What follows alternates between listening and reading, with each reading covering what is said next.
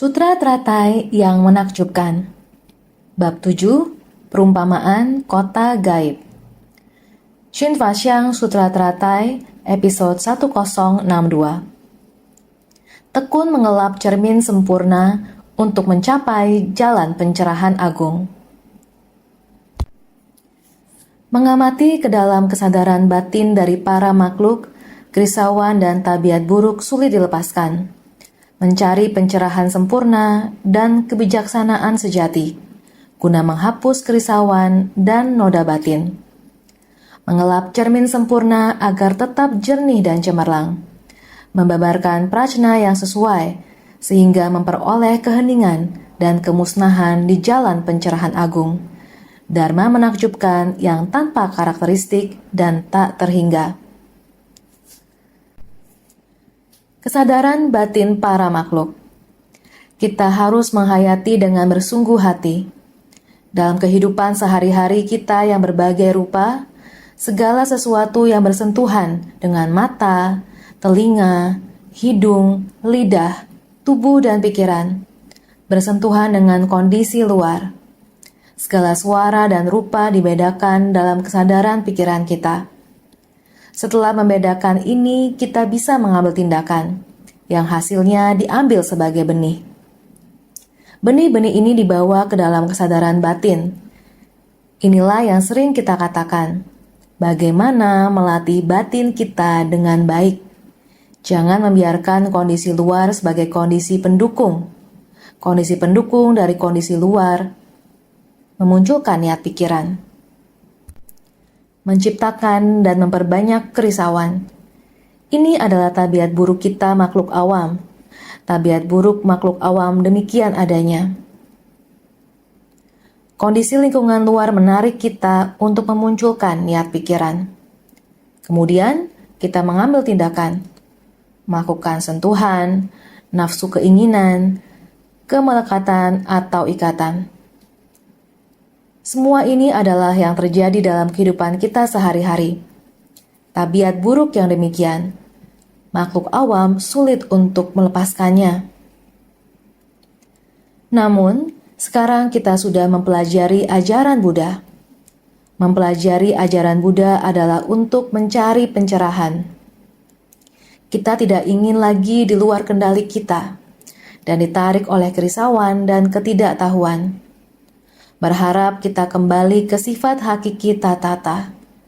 Berharap ketika kita menghadapi kondisi luar, kita dapat melihat rupa tanpa membuat batin kita tergerakkan. Batin kita bisa sangat jernih dan jelas. Kita harus kembali ke jalan bodi pencerahan sempurna. Untuk mencari kebijaksanaan sejati kita. Kebijaksanaan sejati juga adalah tata, juga merupakan sifat hakiki kita. Berharap sebersih niat pikiran kita dapat kembali, sehingga bisa praktik nyata menuju jalan pencerahan sempurna. Jika bisa demikian adanya, akan mampu menghapus kerisauan dan noda batin. Kita harus berusaha dalam hal ini. Kita harus bermula dari kesadaran batin kita. Kita sendiri harus bersungguh-sungguh untuk melatih. Jangan memunculkan pikiran dalam batin. Arah kita harus kembali ke kebijaksanaan sejati dari pencerahan sempurna. Dengan begitu, barulah dapat menghapus kerisauan dan noda batin. Kerisauan, kegelapan batin, dan delusi terus-menerus menggoda kita, terus-menerus menarik kita, menuju ke dalam rupa, suara, bebauan, rasa, sentuhan, lalu timbul kemelekatan dan dambaan, dan melakukan semua jenis karma. Ini adalah mara dalam batin, kesadaran pikiran kita. Kerisauan seperti ini hanyalah tabiat buruk. Kita harus bagaimana kembali ke jalan pencerahan, dengan jelas, tidak tergoda dan tidak terpikat. Kita dapat menuju ke arah benar menuju jalan pencerahan. Tidak hanya tidak tergoda, kita juga memiliki kekuatan konsentrasi untuk menghapus kerisauan dan noda batin. Berbagai jenis kerisauan, berbagai jenis kegelapan batin, berbagai jenis pandangan dan pikiran. Pandangan, pemahaman, dan pemikiran juga jangan tergoyahkan oleh kondisi luar. Kekuatan konsentrasi dan keyakinan kita dalam beberapa hari ini, bukankah saya terus mengatakan kepada semua, keyakinan harus dalam, keyakinan harus dalam, pikiran harus kokoh. Kita harus bersungguh-sungguh berusaha. Bagaimana berusaha? Harus tekun. Tekun mengelap cermin sempurna agar tetap jernih dan cemerlang. Cermin ini perlu kita bersihkan terus-menerus. Ini diperlukan kerja keras. Bagaimana cara menghapusnya? Kami memasuki kerumunan orang banyak, namun hati kita tidak tergoyahkan. Kerisauan dari kerumunan orang banyak, segala suara dan rupa, semua masalah ini kita seharusnya sangat jelas. Kita adalah orang yang menekuni ajaran Buddha. Kita adalah praktisi. Kondisi lingkungan luar itu hanya menguji kemampuan kita. Kita harus bagaimana agar batin kita ini dapat dengan sangat jelas, sangat terang. Yaitu cermin batin kita harus dibersihkan. Cermin batin harus menggunakan kondisi luar untuk menggosok dan melatihnya, mengasah tanpa berhenti mengasahnya, untuk menghilangkan kotoran selapis demi selapis. Masa lalu kita tidak tahu, sehingga membiarkannya tertempel kotoran. Sekarang kita sudah tahu, dengan menggunakan sila, samadhi, dan prajna untuk menegakkannya. Tidak tertutupi oleh hal-hal yang kotor lagi. Tabiat buruk dan kerisauan di masa lalu. Kita sekarang berada di tengah orang banyak. Kita harus dari menyaksikan penderitaan akan tahu akan berkah pada diri sendiri. Menyaksikan kerisauan, tahu akan kebijaksanaan. Harus menegakkan kebijaksanaan kita. Di dalam kerisauan, kita lebih harus membuktikan penderitaan dunia. Manusia di dunia ini, kapan ketidakkekalan akan tiba, kita pun tidak tahu. Kita hanya melewati hari dalam keadaan linglung. Juga dengan keadaan yang sama, bingung dan terus menciptakan kerisauan. Semuanya tidak menyadari. Ketika memperoleh penderitaan, hanya bisa mengeluh, menggerutu pada langit dan menyalahkan orang lain, menyalahkan semua orang, menambah penderitaan di atas penderitaan. Jika kita telah memahami Dharma, kita melihat kondisi luar yang menderita, kita akan sangat jelas, sangat terang. Tidak hanya tidak memendam kebencian, kita masih bisa bersungguh hati, tekun dalam bertobat. Kita harus bersungguh hati merasa sangat bersyukur. Ketika kondisi luar telah melewati suatu gelombang bencana, telah melewati gelombang kerisauan, lalu melewati gelombang kegelapan batin, kita akan dapat dengan terang dan jelas, sangat bersih. Maka batin kita tidak akan menerima kegelapan batin, kerisauan, penderitaan. Membiarkan batin kita ternodai lagi oleh kekotoran, menciptakan kembali kerisauan, sudah sangat jelas, dapat dipertahankan. Memberi kesaksian atas apa yang Sang Buddha babarkan tentang penderitaan, sebab penderitaan. Maka saat ini kita harus melatih diri berdasarkan jalan menuju lenyapnya penderitaan. Kita harus melatih diri, kita ingin menapaki jalan ini, maka kita harus mengelap cermin hati ini. Kita menghadapi penderitaan hingga masuk ke dalam prinsip kebenaran. Melihat penderitaan di dunia bukan hanya penderitaan dan penderitaan. Kita masih harus mengetahui di tengah penderitaan itu terdapat nilai kebenaran yang tersimpan. Adalah demikian dibawa oleh sebab penderitaan tersebut. Demikian menjadi penyebab. Kondisi yang demikian maka mengundang penderitaan yang demikian. Banyak kebenaran adalah prinsip kebenaran terkandung di dalam penderitaan. Penderitaan yang telah terjadi mengandung prinsip kebenaran di dalamnya. Setelah kita mempelajari ajaran Buddha, prinsip kebenaran ini sudah dipahami dengan jelas. Maka kita harus tiada henti menjaga cermin ini agar terhindar dari kontaminasi. Di satu sisi kita melihat penderitaan di tengah kehidupan manusia, memahami prinsip kebenarannya, harus segera mengambil langkah, menolong para makhluk, masuk ke tengah orang banyak untuk menciptakan berkah, menjalin jodoh baik. Dengan demikian tidak terpengaruh oleh kondisi luar yang mempengaruhi. Ini adalah mengelap. Dengan cara ini masuk, melatih keterampilan kita. Oleh karena itu, kita harus bersungguh-sungguh mengelap cermin ini agar menjadi jernih. Di satu sisi, masuk ke tengah orang banyak untuk bersumbangsih. Di satu sisi, memahami kebenaran sejati dari bersumbangsih. Dengan sendirinya, cermin ini perlahan-lahan akan menjadi sempurna. Cermin sempurna akan perlahan-lahan menjadi jelas. Semakin dilap, semakin jernih. Sedemikian bersih dan jernih, tenang dan cemerlang. Demikianlah kita seharusnya dengan sungguh-sungguh bekerja keras, agar semua prinsip kebenaran sudah jelas dan dapat dimengerti. Itulah membabarkan prajna yang sesuai. Sudah mulai memahami prinsip kebenaran. Ini sebagai bukti bahwa ajaran yang dibabarkan oleh Buddha, penderitaan, sebab terjadinya penderitaan, lenyapnya penderitaan, jalan menuju lenyapnya penderitaan, ajaran 12, nidana, dan lain-lain. Semakin dapat dihayati, semakin dipahami.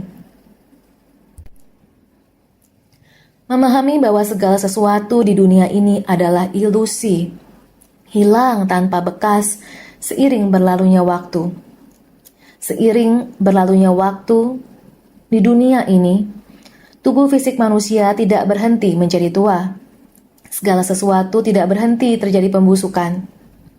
Kerisauan, kebodohan batin tidak berhenti menciptakan karma kolektif pada dunia yang dipenuhi 5 kekeruhan. Pada masa kalpa kehancuran, segala sesuatu akan mengalami kehancuran. Kita harus meningkatkan kewaspadaan. Jangan lagi melekat pada keserakahan. Jangan lagi menciptakan karma. Semuanya harus tahu bahwa segalanya adalah kosong. Tidak perlu serakah, tidak perlu berebut. Jangan melekat pada suara dan rupa dari dunia luar.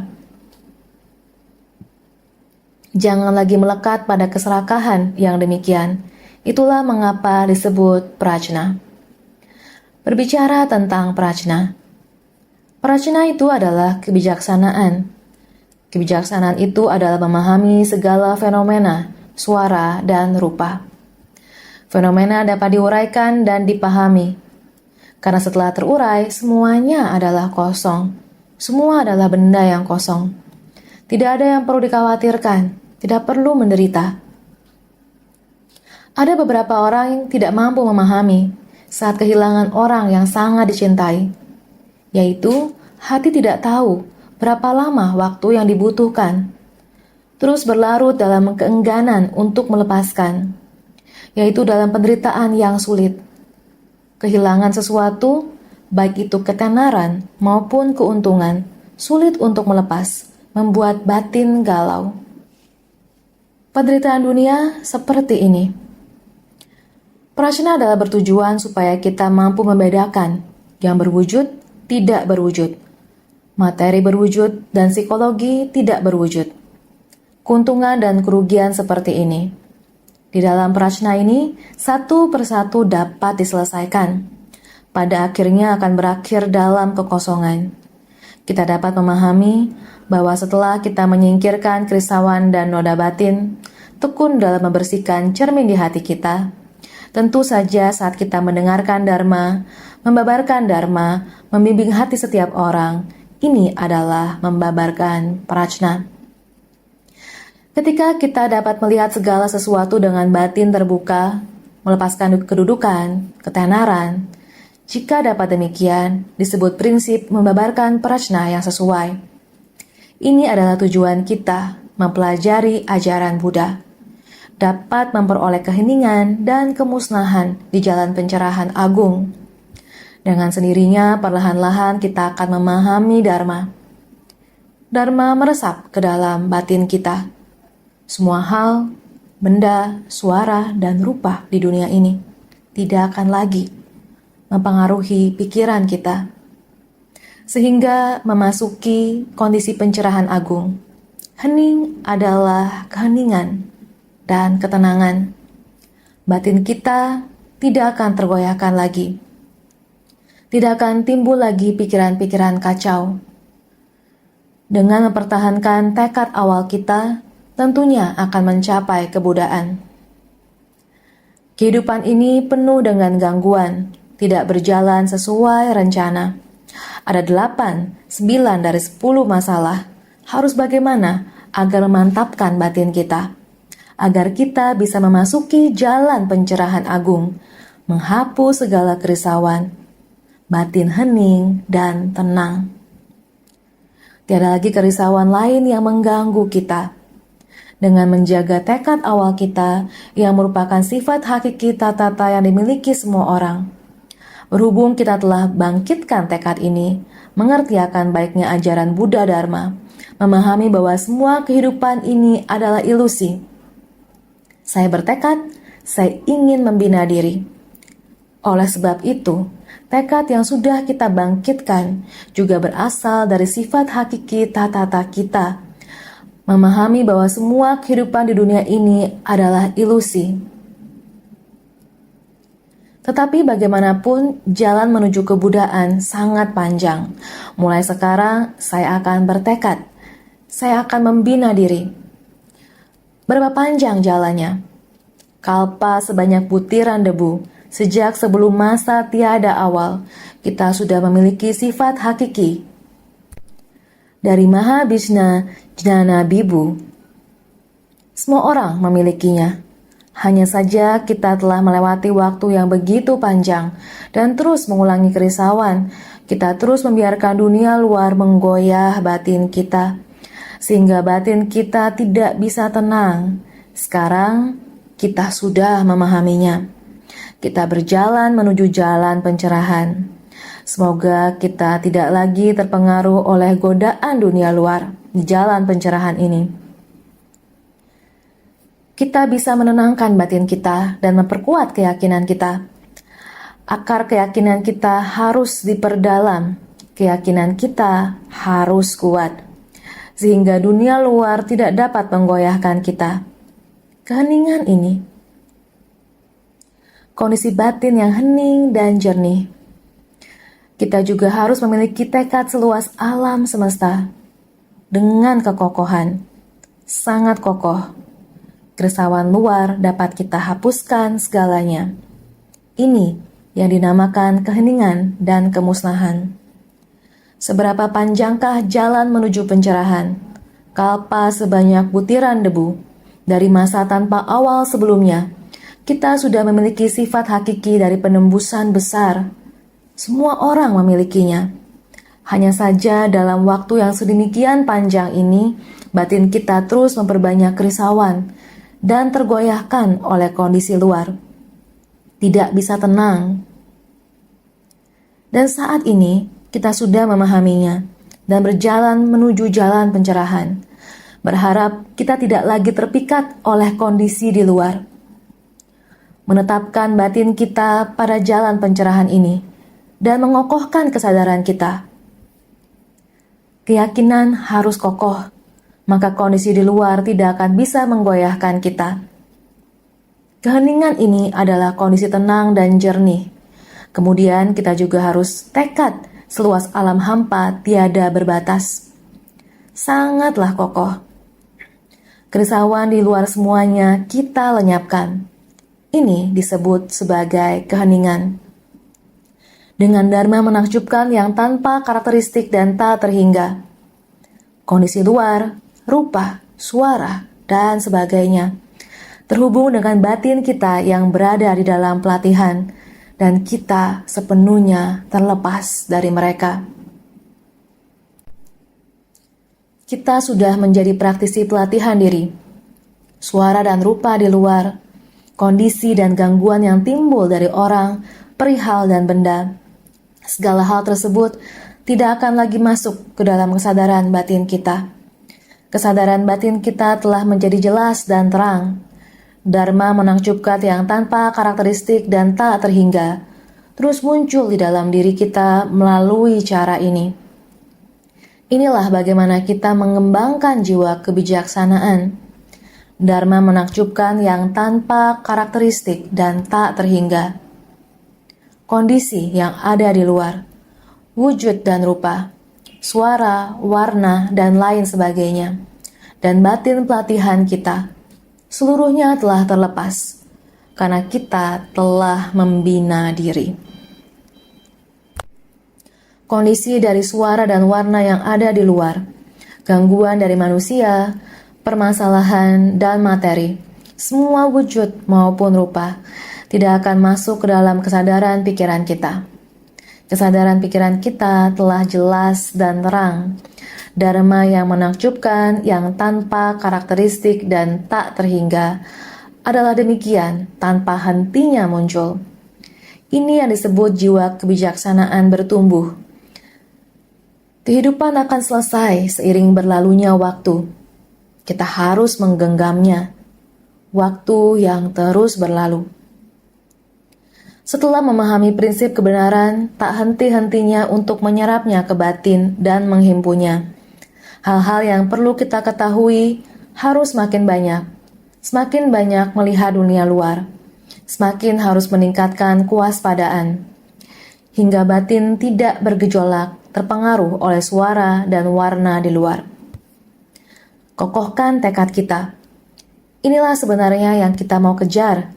Jalan pencerahan yang agung, yang paling unggul. Jalan pencerahan yang agung adalah dharma menakjubkan yang tanpa karakteristik dan tak terhingga. Pastinya ini harus sampai batin kita kondisi yang hening dan tenang. Hening dan tenang harus ingat adalah kondisi yang hening dan tenang. Saya tidak terpengaruh oleh berbagai kondisi luar, melenyapkan segala kerisauan. Dengan demikian, kita bisa terbebas dari kesadaran pikiran makhluk awam. Tabiat buruk sepenuhnya kita singkirkan. Jika tidak, kita masih dalam tataran kesadaran pikiran makhluk awam. Tabiat buruk masih sulit untuk disingkirkan. Tidak dapat menyingkirkan tabiat buruk ini. Jalan pencerahan sempurna dan kebijaksanaan sejati yang kita cari, dan keinginan untuk menyingkirkan tabiat buruk akan sangat sulit. Kita harus bersungguh hati. Kehidupan manusia penuh dengan penderitaan, kekosongan, ketidakkekalan. Kita harus senantiasa bersungguh hati. Mari, naskah sutra berikutnya, Buddha Sakyamuni, demikianlah menyampaikan kepada kita. Para biksu, aku sekarang beritahukan kalian. Para murid dari Buddha itu 16 orang, Samanera, sekarang semuanya telah mencapai Anuttara Samyak Sambodhi. Pada negeri di 10 penjuru, mereka sekarang membabarkan Dharma. Mereka punya bodhisattva dan srawaka sejumlah 1 miliar koti tak terhingga sebagai pengikut. Sutra Teratai Bab 7, Bab Perumpamaan Kota Gaib. Buddha Sakyamuni mengulang kembali. Era Buddha Mahabhisna Dana Bibu. Kemudian kembali ke kondisi di puncak burung nasar. Buddha Sakyamuni mengatakan kepada semua praktisi, mengatakan pada kalian, pada waktu itu, sebelum kalpa sebanyak butiran debu yang tiada terhingga, tempat pencerahan Buddha Mahabhisna Dana Bibu. 16 pangeran meninggalkan kehidupan duniawi menjadi 16 Sramanera. Karena mereka mendengar Dharma, membangkitkan tekad luhur, membangun ikrar agung, menjadi bodhisattva, mempelajari jalan bodhisattva, sekarang sudah memperoleh Anuttara Samyak Sambodhi, mencapai maha sadar. Mereka semua berada di negeri pada 10 penjuru. Sekarang masing-masing membabarkan Dharma di negerinya masing-masing, membabarkan Dharma dan menyelamatkan para makhluk, termasuk Buddha Sakyamuni. Juga datang di dunia saha, mati diri demi membimbing para makhluk, mencapai kebudaan, menunjukkan wujud. menunjukkan wujud dalam 8 tahapan mencapai kebudaan. Dengan demikian datang ke dunia membabarkan Dharma untuk membimbing para makhluk. Juga salah satu dari 16 pangeran, sehingga setiap mereka berada di negeri berbeda untuk membimbing para makhluk. Para makhluk itu adalah para penjalin jodoh di persamuan Buddha Mahabhisna Jnana Bibu. Kita juga seharusnya ada di dalam tempat persamuan Buddha Mahabhisna Jnana Bibu. Salah satu dari 16 Ramanera, yakni Buddha Sakyamuni sekarang. Kita juga telah mendengar dia, Buddha, membabarkan Dharma, juga bagian dari halayak penjalin jodoh, juga dari kehidupan ke kehidupan, telah mendengarkan Dharma yang dibabarkan Buddha Sakyamuni. Kita berjodoh terlahir di masa ini, di dunia ini. Masih ada ajaran dari Buddha di saat ini di dunia ini. Guru pembimbing di dunia masih Buddha Sakyamuni. Maka kita harus bersungguh hati dalam ajaran Buddha, karena mereka telah membabarkan Dharma. Dharma telah menyebar di negerinya mereka. Kita juga demikian di dunia ini. Ajaran Buddha Dharma masih diwariskan. Maka mereka punya bodhisatwa dan srawaka, sejumlah 1 miliar koti tak terhingga sebagai pengikut. Lihatlah kita sekarang ini tahun 2015 bulan 10 tanggal 18. Bukankah demikian?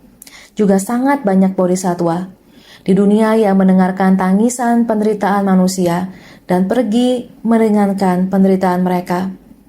Pada saat sekarang ini di Turki, terdapat sekelompok relawan dari Taiwan yang telah tiba di Turki.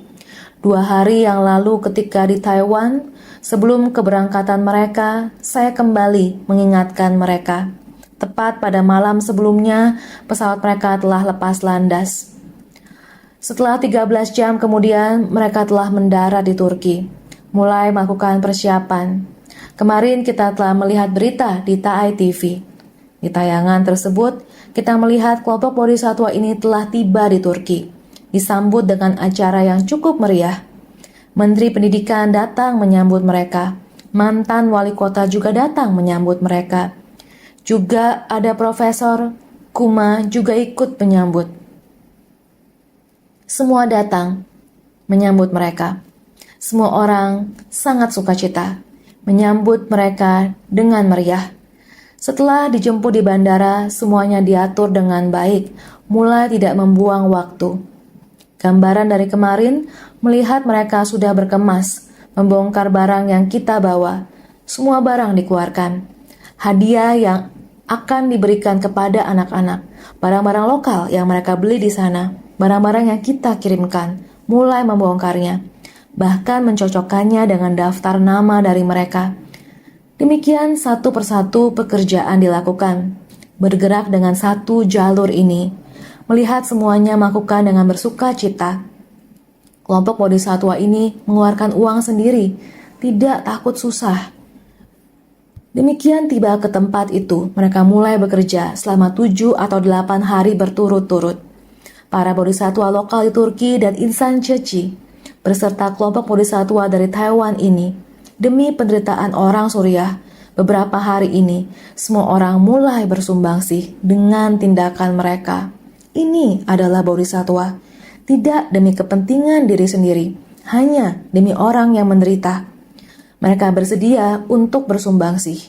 Di sana mereka menyaksikan bahwa ketika hati manusia bergejolak dan tidak selaras, akan menciptakan bencana dan malapetaka atas ulah manusia. Menyaksikan bahwa dunia ini tidak kekal. Sekarang, orang-orang yang ingin kita bantu di Suriah, mereka awalnya menjalani hidup dengan baik, hanya karena ketidakselarasan batin dari beberapa orang, mengakibatkan gelombang pengungsi di seluruh dunia. Mereka tidak memiliki tempat tinggal yang tetap, tidak berada di kampung halaman mereka. Mereka menyewa rumah, bersusah payah, sangat sulit melewati hidup mereka. Maka membutuhkan perhatian dari semua orang di seluruh dunia, memverifikasi asal-usul penderitaan ini, bagaimana hal ini bisa terjadi. Inilah yang mereka hayati dalam menapaki jalan bodhisatwa. Terpikir kembali mengenai Turki. Di benak kita, Turki juga karena gempa pada 17 Agustus tahun 1997 terjadi gempa dahsyat. Maka terjalin jodoh dengan relawan Ceci yang membantu ke sana. Maka Tuan Hu, saudara Hu Guangzhong, juga ikut terjalin dengan jodoh tersebut. Dia sempat bermasalah suatu waktu dengan penduduk setempat yang tidak memahaminya. Dia menerjemahkan sebuah lagu, yaitu Cinta Kasih di Dunia Ini. Lagu tersebut dibuat karena kejadian pesawat menabrak gedung. Tahun 2001 kejadian serangan teroris 9 September. Hubungan antar manusia di dunia ini tidak selaras. Pada saat itu berharap setiap hari dapat mengingati kita semua. Lagu Cinta Kasih di Dunia Ini diciptakan Tuan Lee Soushen. Berharap agar lagu ini dapat tersebar di dunia ini. Berharap mereka dapat menerjemahkan ke bahasa Arab. Saat proses penerjemahan terjadi kesalahpahaman dan hampir mengalami petaka. Dia diperiksa oleh lembaga informasi dan hilang lebih dari 24 jam. Terjadilah sebuah peristiwa yang sangat menegangkan. Catatan kedua, setelah itu seharusnya 10 tahun yang lalu, tepat 10 tahun, Pakistan juga mengalami gempa dahsyat pada 10 tahun yang lalu, 8 Oktober 2005. Sehingga ada Tuan Hu dari Turki, Ibu Chen dari Yordania, Chen Chiuhua, mereka sangat aktif. Tim Tima dan para bodhisatwa dari Taiwan juga pergi ke Pakistan. Terpikir kembali saat itu, dokter kita juga sangat susah. Di Hualien kita ada Dr. Chiu Chonglan dengan Dr. Li Chungyi dari Taipei. Gelombang pertama adalah mereka berdua yang pergi. Sangat susah, berjalan sampai sepatu lepas. Maka dia, Chiu Chonglan, menggunakan koil tempel merek OK untuk menempelnya. Sangat banyak. Membayangkan lagi bodhisatwa di dunia, di lingkup internasional. Di tempat mana ada bencana, di tempat itu mereka akan pergi. Pemberian bantuan yang sangat sulit juga telah dilalui. Kesulitan mengumpulkan barang, juga tahapan demi tahapan yang sulit juga telah dilalui. Sebenarnya jika dipikirkan kembali, dibenahi kembali, benar-benar sangat luar biasa. Dalam benak pikiran, tidak ada waktu untuk sharing satu persatu. Gempa besar di Pakistan tahun ini, tahun 2015, pas 10 tahun. Saat itu ada Direktur Jen. Saat itu bersama Dr. Ye Tianhao, ke sana saling gantian pergi. Di tempat itu, tim Tima kita juga di sana saling bergantian. Bencana di saat itu dibandingkan bencana sekarang di Nepal lebih sulit dibantu.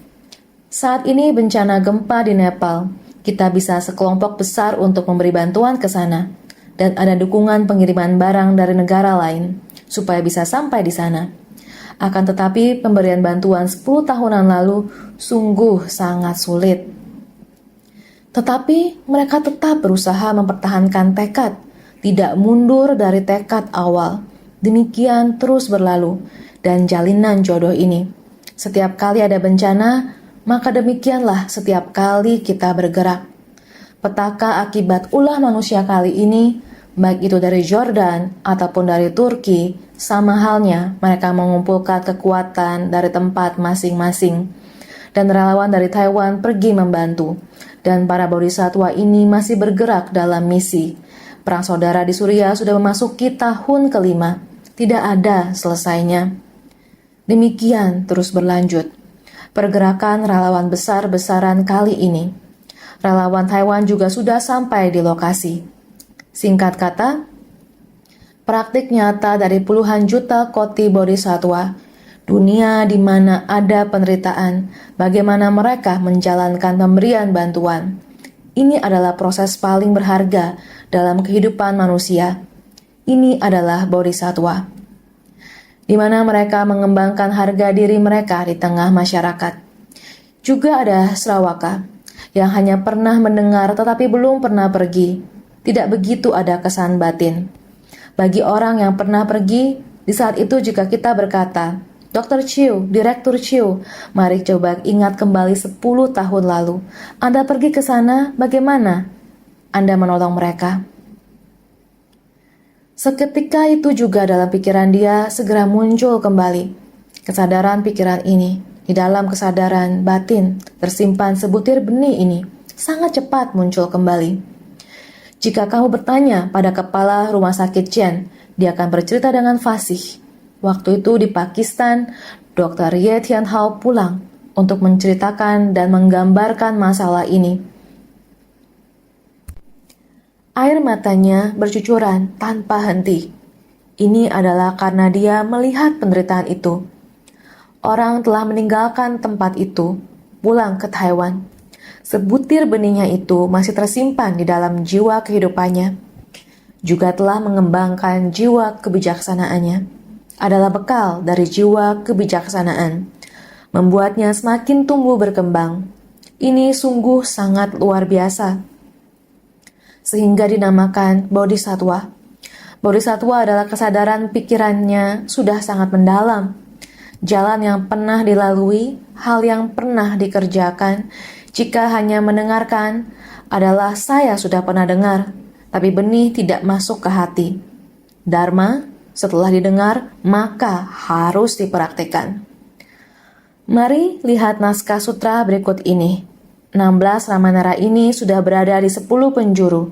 Masing-masing dari mereka telah mencapai kebudaan dan membabarkan Dharma. Sekarang sedang membabarkan Dharma. Mulai akan memperkenalkan setiap Buddha berada di negeri mana. Gelar dari menyelamatkan para makhluk dan tempat. 2 dari Sramanera menjadi Buddha di penjuru timur. 1 bernama Aksobya di negeri Abirati. Satunya lagi bernama Merukuta. Sutra Teratai bab 7, bab perumpamaan kota gaib. 2 Sramanera. 16 Sramanera diperkenalkan dari yang awal. 2 dari Sramanera menjadi Buddha di penjuru timur. 2 orang di penjuru timur. Mereka berdua sudah melatih diri dengan waktu yang sangat lama, selama berkalpa-kalpa selalu ke atas, mencari jalan kebudaan, ke bawah membimbing para makhluk. Jalinan jodoh sudah matang. Jalinan jodoh mereka di penjuru timur. Maka disebut menjadi Buddha di penjuru timur. 2 dari Sramanera ini menjadi Buddha di penjuru timur. 2 dari Sramanera ini adalah urutan pertama dan kedua di antara angka 16. Selama kalpa yang panjang, ke atas mencari dan ke bawah membimbing. Sehingga ketika kondisi pendukung telah matang, mereka menjadi Buddha di penjuru timur. Di sebelah timur ada 2 orang Buddha yang lahir. Yang pertama bernama Aksobya di negeri Abirati. Dengan nama Buddha Aksobya yang berarti tak tergerakkan. Nama negerinya disebut dengan Alam Suci Abirati di penjuru timur. Di sana adalah tempat sukacita yang menakjubkan. Di tempat itu mencapai kebudaan. 1 bernama Aksobya di negeri Abirati. Aksobya adalah nama Buddha, artinya tak tergerakkan. Nama negerinya adalah Abirati. Itulah alam suci Abirati di penjuru timur. Dan masih dikatakan Aksobya, di sini dinamakan tak tergerakkan. Juga disebut sebagai yang dimuliakan tak tergerakkan. Aksobya juga berarti yang dimuliakan tak tergerakkan. Penjuru timur, matahari terbit di timur sebagai awal dari segala gerakan. Sukacita bermakna bergerak. Melalui gerakan dapat menyadari prinsip kebenaran dari tidak tergerakan. Penjuru timur. Kenapa ada di penjuru timur? Penjuru timur adalah matahari terbit di timur sebagai awal dari segala gerakan. Karena matahari kita terbit dari sebelah timur. Matahari muncul. Ia tiada henti mengorbit planet kita. Revolusi dan rotasi bumi kita berputar mengelilingi matahari secara perlahan. Kita biasa menyebut matahari terbit dari sebelah timur. Sebenarnya karena pergerakan. Editor, yang dimaksud adalah rotasi bumi. Menyebabkan matahari terbit, bergerak yaitu memutar, revolusi, berotasi, dalam perputaran. Perlahan-lahan berputar mengarah cahaya matahari, sehingga matahari terbit di timur. Arah yang demikian, arah matahari adalah demikian terbit dari timur. Sehingga sebagai awal dari segala gerakan, setiap hari perlahan-lahan menuju terang. Semua orang yang beristirahat mulai bangun. Setelah bangun, segala lapisan masyarakat mulai bersiap-siap. Kehidupan sehari, karena matahari terbit, langit terang, mulai bekerja dan mulai bergerak. Jika malam hari, setiap orang beristirahat, sangat tenang. Sehingga bergerak dalam sukacita. Sukacita bermakna bergerak, sukacita karena bergerak. Apakah kamu merasa bersukacita? Saya sangat bersukacita. Bersukacita. Bagaimana bersukacita? Bersukacita adalah sukacita.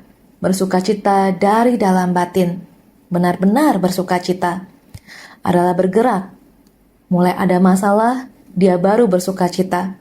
Ada hal apa yang memuaskan sehingga bersukacita. Inilah negeri sukacita. Sehingga menandakan melalui gerakan dapat menyadari prinsip kebenaran dari tidak tergerakan. Bergerak. Sebenarnya Buddha Aksobya tidak tergerakan karena keahliannya samadhi, melatih diri dalam waktu yang lama. Memberi nama dengan kebajikannya, dia tidak bergerak, sehingga yang mencapai kebudaan disebut yang dimuliakan tak tergerakan. Samadhi.